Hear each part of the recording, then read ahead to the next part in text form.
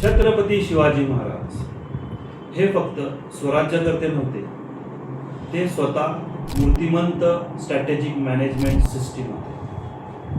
तुम्ही इतिहासातले कुठलेही प्रकरण बघितलं असेल, मग तो अफजलखानाचा वध असेल, सुरतेची स्वारी असेल, आग्र्यावरून सुटका असेल किंवा उबरखंडीतला हल्ला असेल, या प्रत्येक गोष्टीमध्ये आपल्याला काही ना काही बिझनेस प्रिन्सिपल्स दिसून येतात. यामध्ये आपल्याला planning, risk management, speed, leadership, crisis management या गोष्टी दिसतात. मग ही जी स्ट्रॅटेजिक मॅनेजमेंट प्रिन्सिपल्स आहेत, ही आपण आपल्या बिझनेसेसमध्ये कशी यूज करू शकतो?